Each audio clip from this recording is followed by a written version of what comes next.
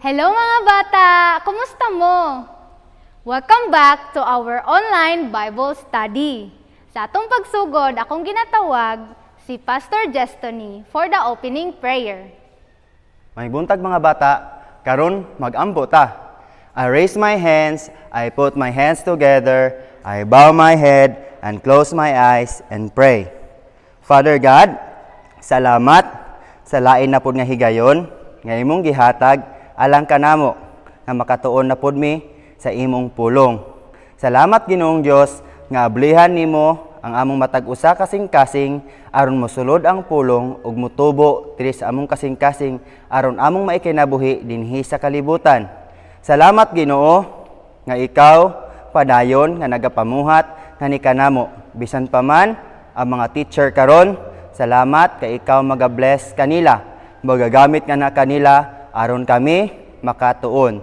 Salamat sa tanan. In Jesus' name, Amen. I will never be lost. I won't be all alone. You found me, saved me, made me your own. I will never be lost. I won't be all alone. You guide me, change me, and on my way home. It's so good to know, no matter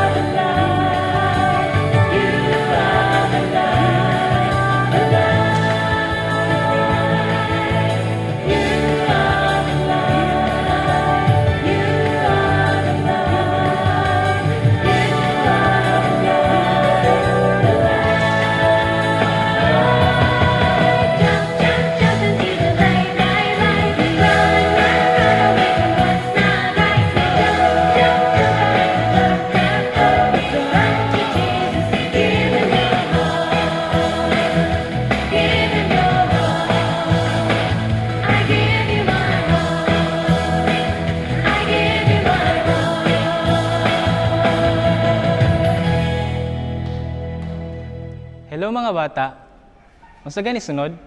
Tama, memory verse. Ang atong memory verse karon mga bata, makita diha sa Genesis chapter 4, verse 4. Nag-ingon, "But Abel brought fat portion from some of the firstborn of his flock. The Lord looked with favor on Abel and his offering." Mga bata, ang atong memory verse karon nagpasabot nga si Abel naghatag siya og offering sa Ginoo, ug kani nga offering ikahimutan sa Ginoo. Karon mga bata, unsa gani atong sunod? Tama, tagaan natog action. Sige, action ta. Ang atong action ngani.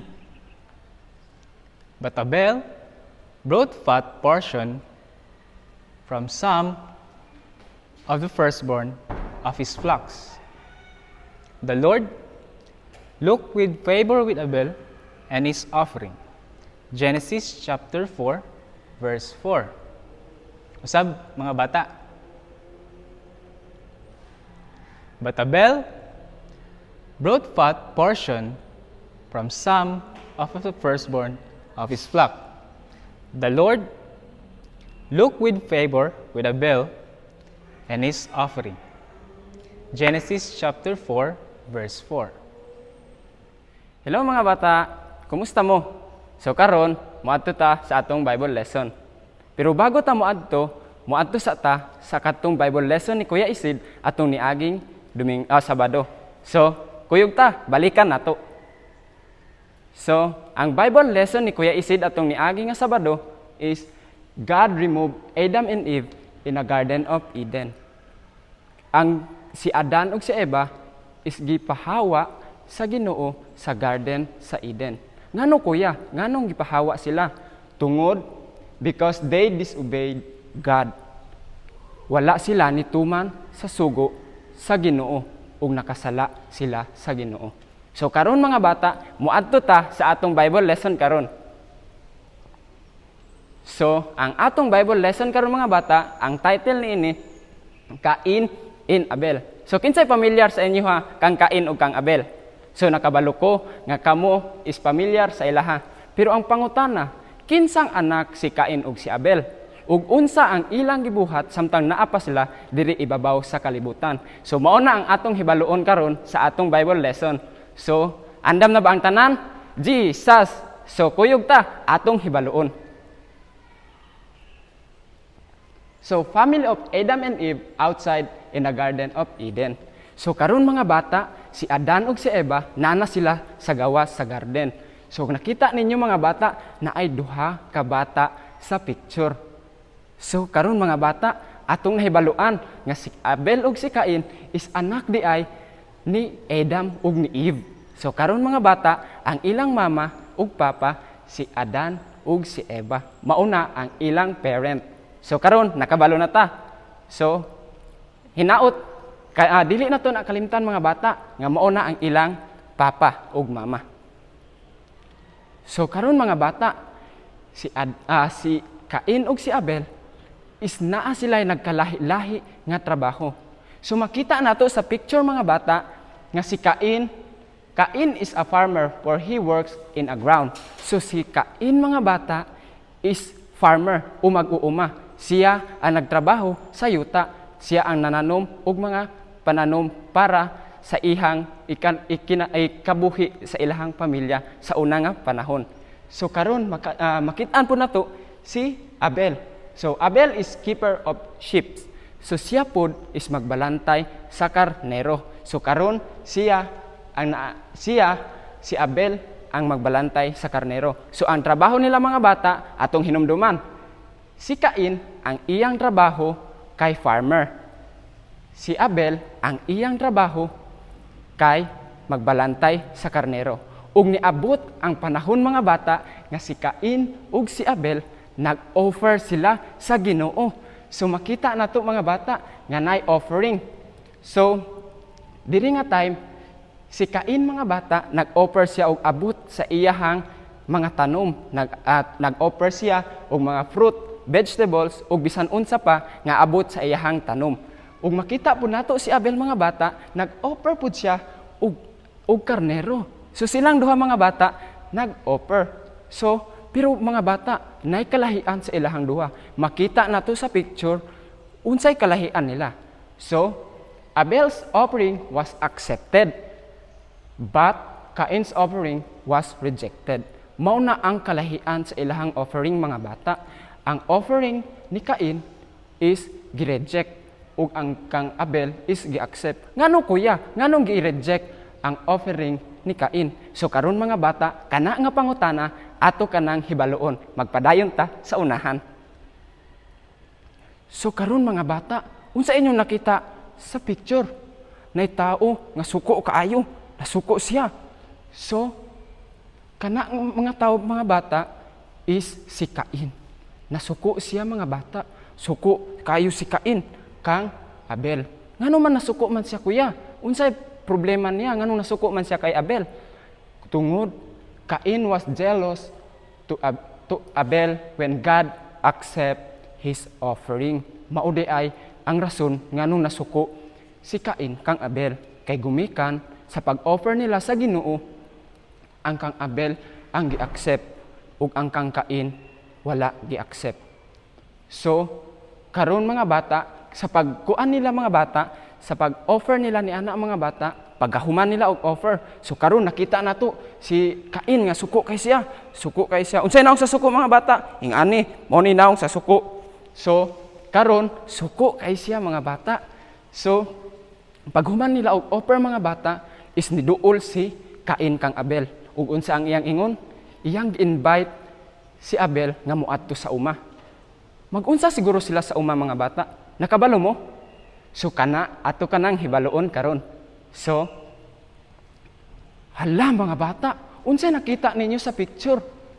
Naay patay ug naay tao nga nahadlok. Ngano kuro? Kinsa na sila? So atong hibaloon mga bata.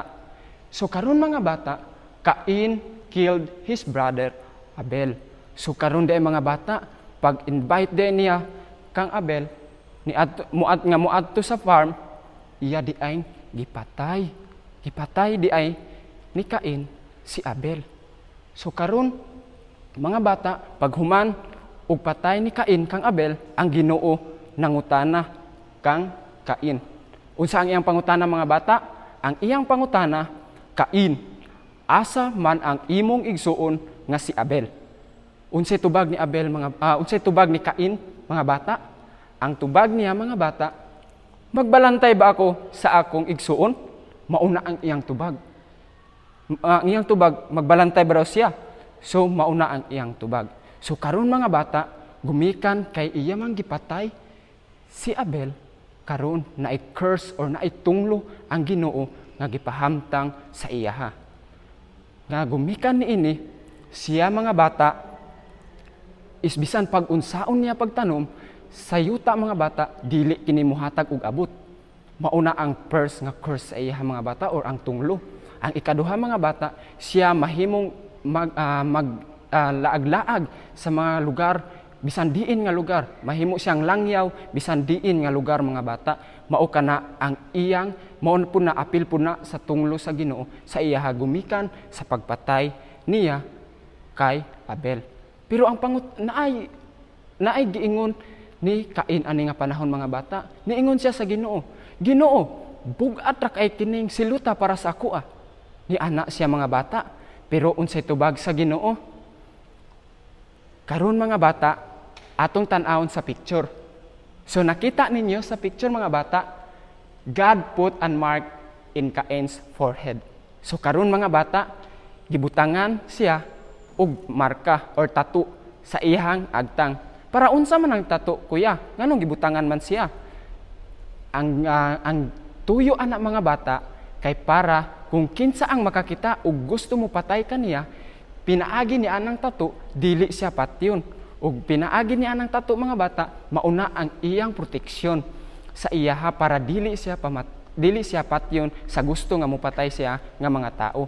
So kana mga bata, ang meaning anang tattoo nga naa sa iyang agtang is mauna ang iyang proteksyon samtang siya maglakaw-lakaw sa nagkadiin-diin nga dapit. So karon mga bata, muadto ta sa conclusion. So, sin spread easily to humanity. After the disobedience of their parents, Adam and Eve, now Cain murdered his brother Abel because he is angry with him. For the Lord did not accept his offering, but accept Cain's offering. So karon mga bata, ang meaning sa atong Bible lesson karon mga bata, kay ang sala dali ra kining ni kuyanap. Asa gani naggikan ang sala mga bata? Gikan kang Adan ug kang Eva sa pagdisobey nila sa dihang dito pa sila sa Garden of Eden. Samtang sila nagkaon sa tree of knowledge of good and evil. So gumikan ni ato mga bata, nagdisobey sila. So karon mga bata, gumikan adto nakasala sila. So karon mga bata, ang sala niabot sa ilang mga anak.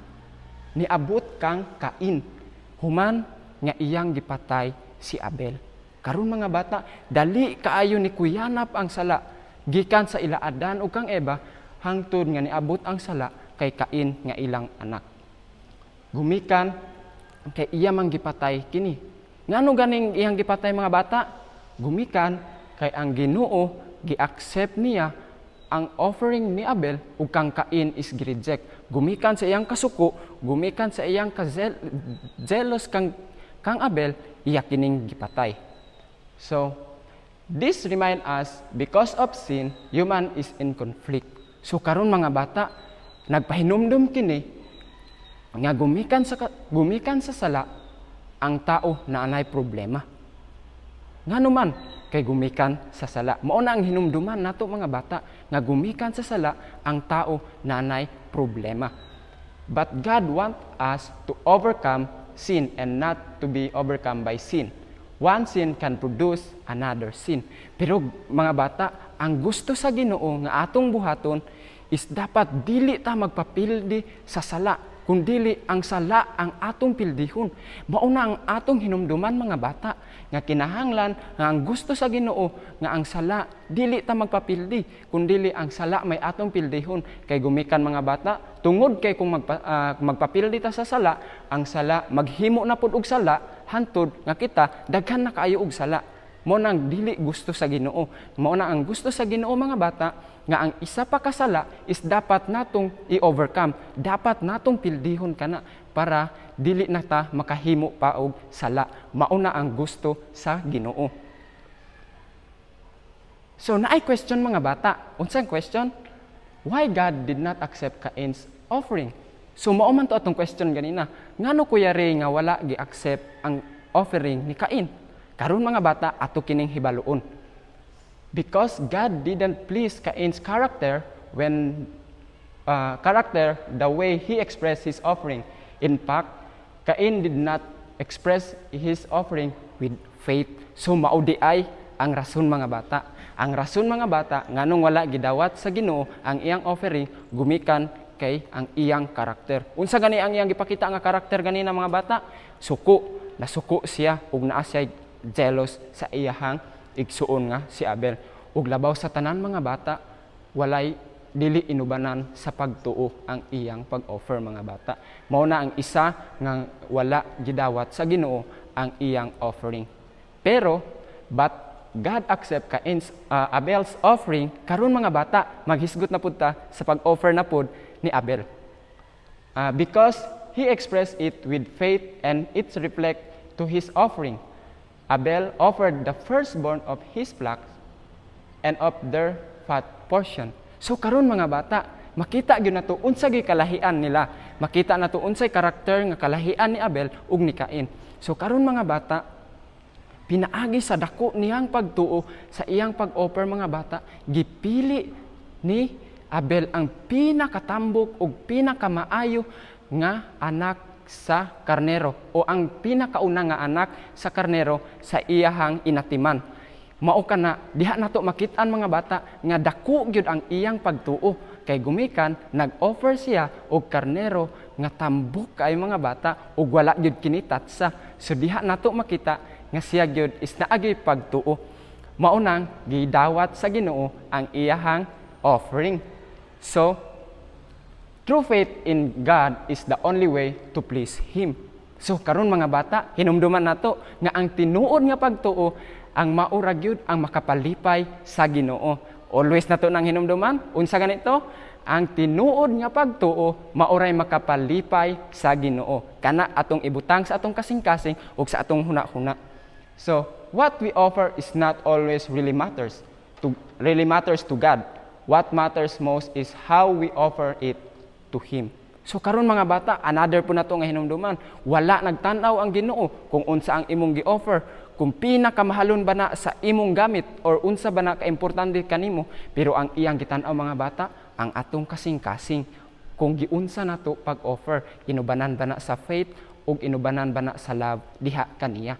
Mauna ang iyang gusto mga bata. Wala siya nagtanaw kung unsa ka na kamahal, kung unsa ka na kaimportante para sa imuha, kundili ang kasing-kasing mga bata. Mao gyud ang pinakaimportante ug labaw sa tanan ang atong pagtuo diha kaniya. So, karon mga bata, Cain murder Abel. His faith problem produced character problem. It makes him alienated with God and become a fugitive and a wanderer of the earth.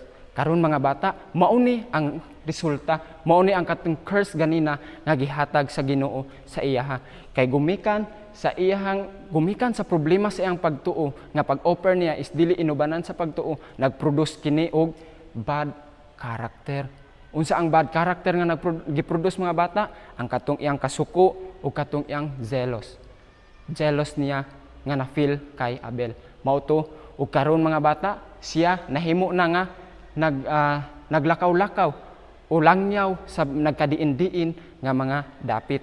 Ug siya is nahimo na nga nagtuyok-tuyok sa tibuok kalibutan mga bata. Kay gumikan ka na sa curse nga gihatag sa Ginoo. Gumikan ka na sa tunglo nga gihatag sa iya sa Ginoo.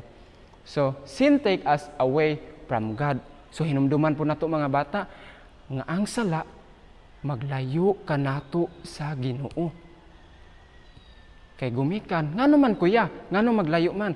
Kay gumikan mga bata, ang sala dili malipay ang Ginoo. Mao nang gumikan sa sala, malayo ta sa iya. Mao nang kinahanglan mga bata, atong ampingan ug dili na to pasagdahan nga kita makahimo og sala. Kay gumikan malayo atong relasyon diha sa Ginoo. But still God give grace to Cain by giving the mark to protect him from people who will attack him along the way. So karon mga bata, naagyapoy grasya o naagyapoy kaluoy nga aton nakita sa kang Cain. Karon mga bata, nakita nato ganina sa picture nga gibutangan og mark, gibutangan og tattoo si Cain sa iyang agtang gibutangan sa Ginoo. Ngano ganitong gibutangan? Para iyahang protection.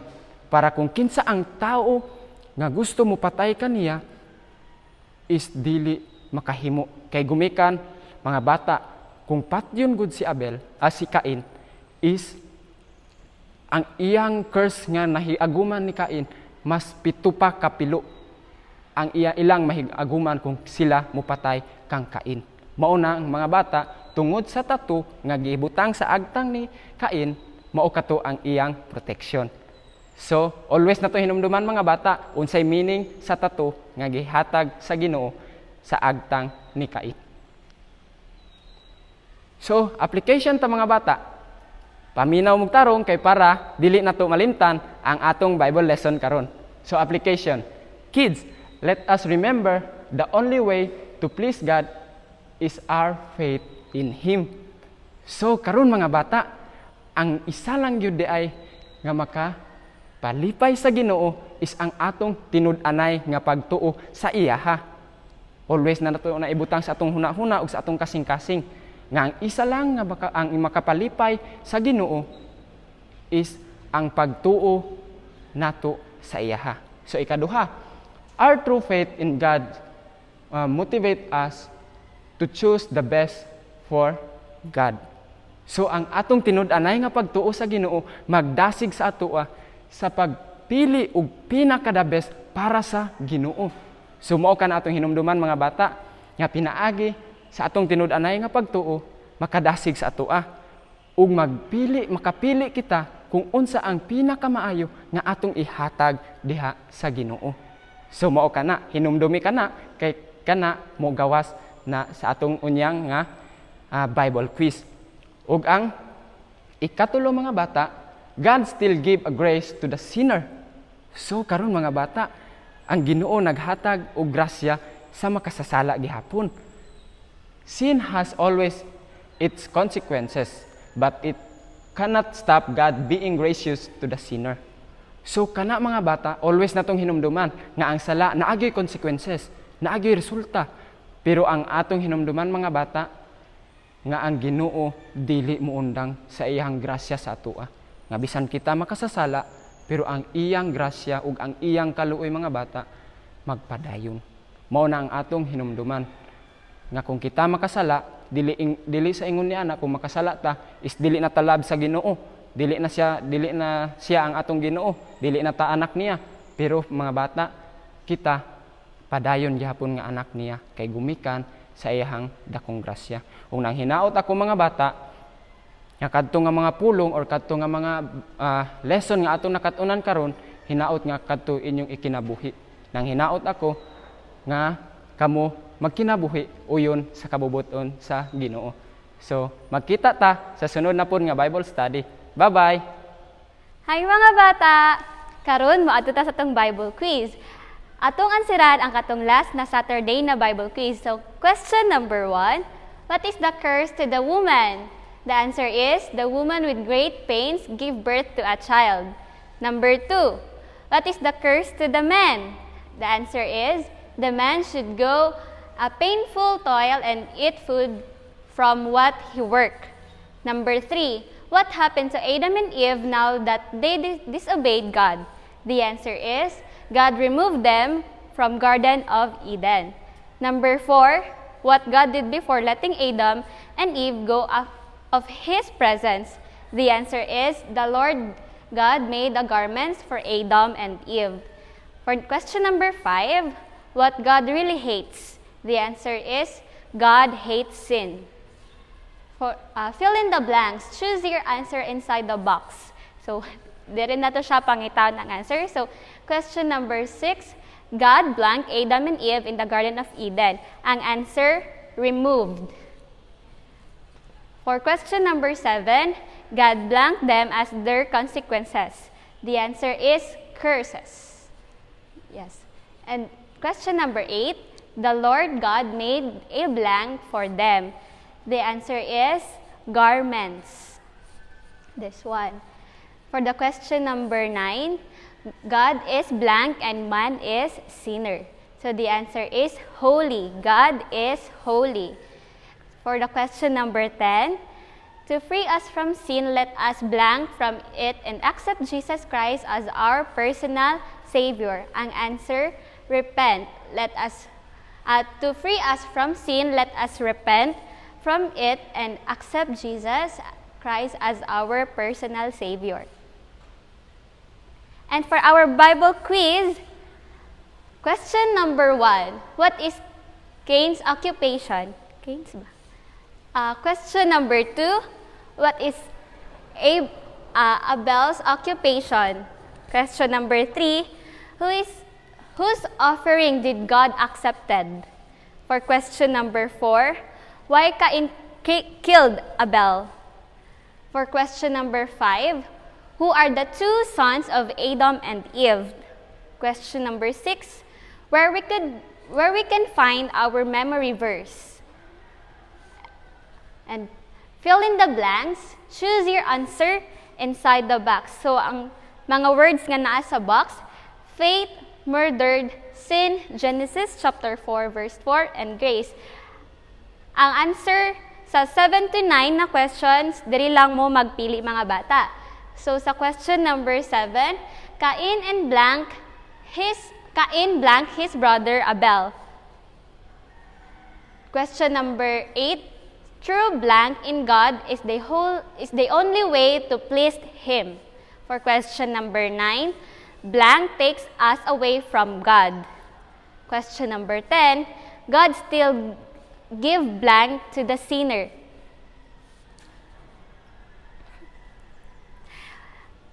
Announcement.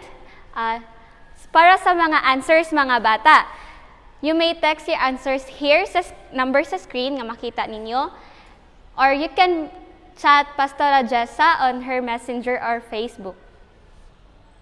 Hello mga bata.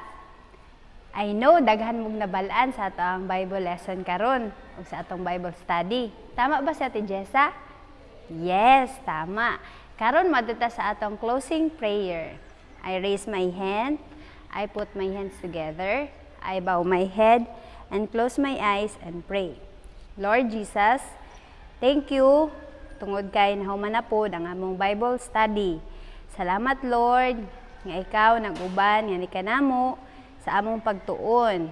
Salamat Ginoo nga daghan mig nakatunan karon. Among mga pag-ampo Lord nga dili namo ni malimtan o kanunay namo ni mahinumduman. Labi na Ginoong Dios sa bag-ong semana nga among gihatag na pod nga ni kanamo. Salamat sa mga teachers nga among gigamit para ka magabless sa ilang kinabuhi.